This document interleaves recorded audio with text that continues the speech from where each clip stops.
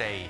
And they basically in experiments could show a significant impact on the recall rate, that you can reconstruct what happened on this day. And basically this goes back to some principles of episodic memory, how the information is stored and things like this. So if you connect sensors and new media in the right way, this can support learning, this can support recall, these kind of things. Another experiment we did is more from the perception side and from the immersion side. This is a project from 2001. It was a European project called LISTEN, and basically what we built there is a tracking system. So you will see in a second the person having some strange things on his head, but basically this was used to detect the location of a person up to 5 centimeters in a room and the direction where the person is looking up to 5 degrees. And we built an audio environment for a museum that gave you an introduction, in this case, to the Macke exhibition in Bonn.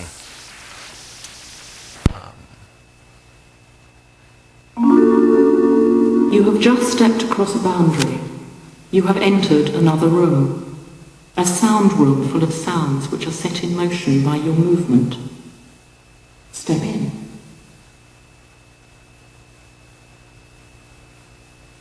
In a small hotel room in Paris, August Macke painted this self-portrait in 1909.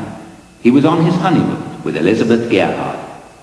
The back of this small wooden panel still carries the stamp of the shop in the Rue Bonaparte where he had stocked up on wooden painting panels.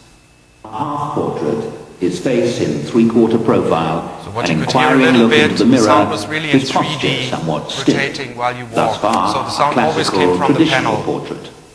But then, Macke places a light colouring around his body and head, like a natural shading. He overpaints the background of the room, together with all the furniture and his left hand.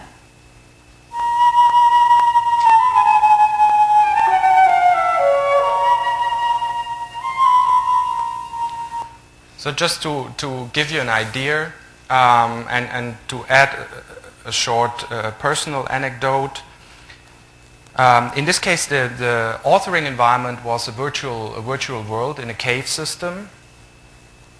So basically you could walk in that museum, also in the virtual representation of that museum, and you could place audios or sound sources with this authoring tool, and then the sound was coming from that direction.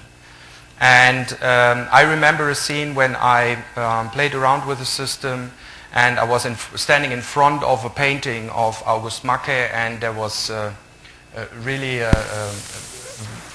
very immersive effect on this when the audio started, and you exactly at the moment when you focused on the artwork. Yeah? So immersion is there an important part, I would say, that we can achieve with sensors. A better synchronization with what we do with the environment and the technologies. Recent developments, and we did some work on this, are coming up in the field of augmented reality. So basically in the last 3 years, mobile technology developed so fast that you now can do augmented reality with mobile devices, not only with stationary devices and big computers. So this is a small game we implemented as a prototype, which is based on the principle of the memory game, a card turning game where you have to find pairs.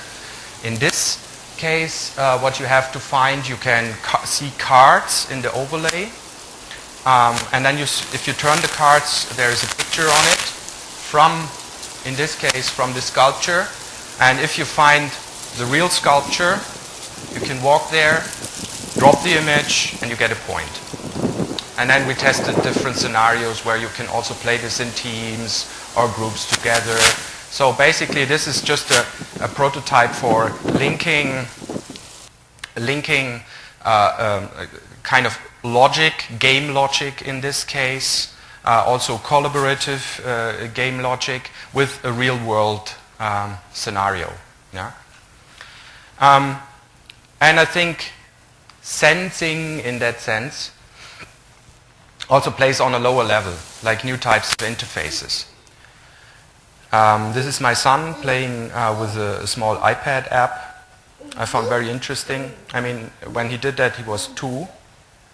But by touching the letters, he heard the sounds of the letters.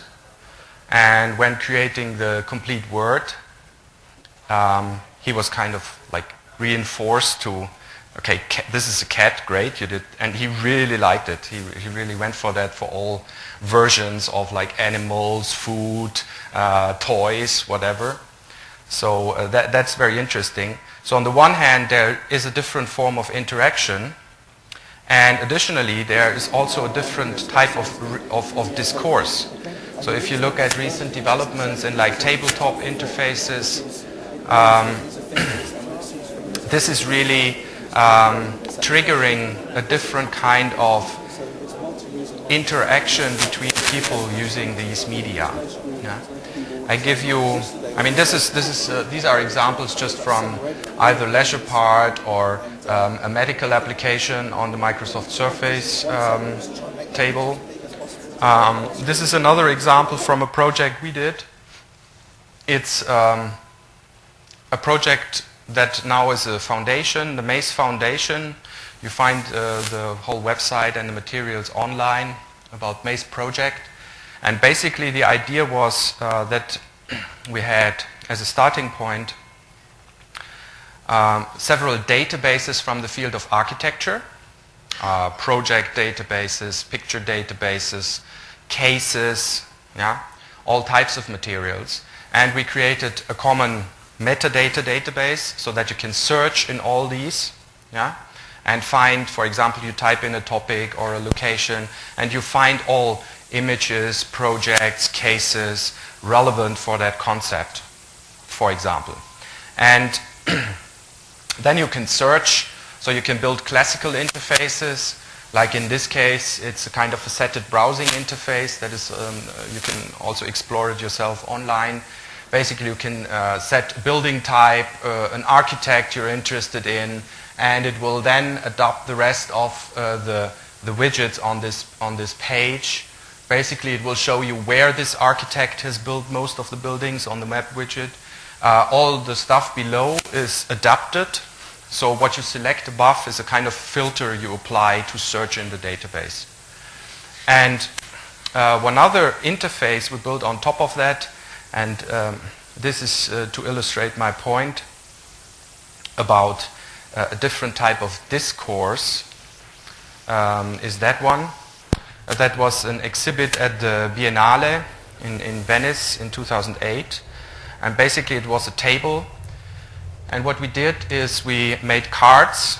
And on the back of the cards you had a symbol, a code, that when you put them on a table, a system could detect what this object is. So you throw the card on the table detects what kind of object this is, and the connections you see between the cards are basically based on the metadata we have in the backend. So we know, for example, that these objects are from the same architect or that they are from the same period of time. And of course, this can be used by several people, and you can have a discourse about also missing objects. So you see some cards are virtually added. So you would say, okay, there's one missing link in a sequence of buildings that this architect made. Yeah? And explore that database.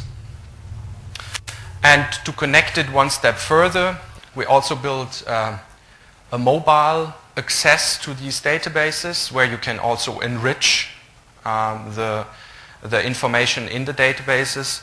So one very powerful scenario, if we talk about mobiles and sensors, is that you can use your mobile, and you see that also in studies already from 2002. So one of the first functionality introduced to mobile devices were cameras and then GPS location tracking. So you can take pictures, and this is what we support with this app. So you walk around, it basically takes your location, it filters and gives you a list of buildings, or projects relevant around you.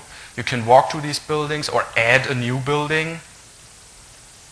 And then basically you can take photos of this building and you can annotate the photos. As for architects, in that case, it was very important that they could annotate pictures to highlight certain concepts. Like, let's say, this is a special type of facade, how it was constructed, and this is what I want to highlight or what I want to have a discussion with my peer students about. Yeah? And we did an empirical study with the Faculty of Architecture in Barcelona. And basically the impact was, of course, that these students were more active. We compared a group just doing classical web research about, they had access to the same materials, but they haven't been going out and mobilely taking pictures or annotations.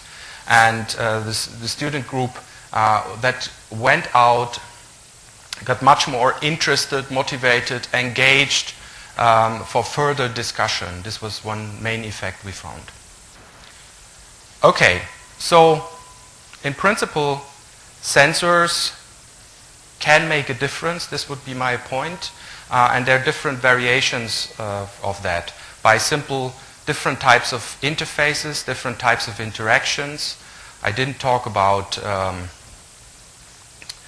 object interactions. I will talk a bit about that later on.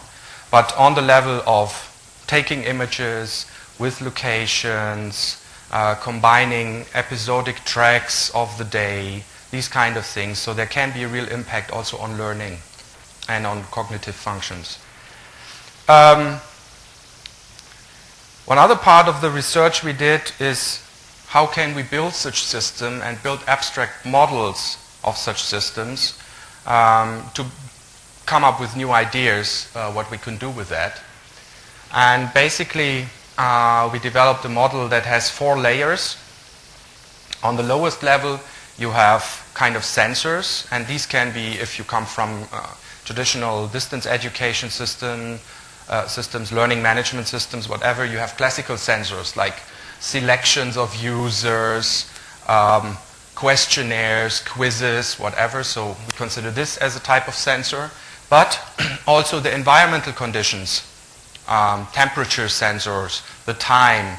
These are also types of sensors we can integrate to create a richer track of the user.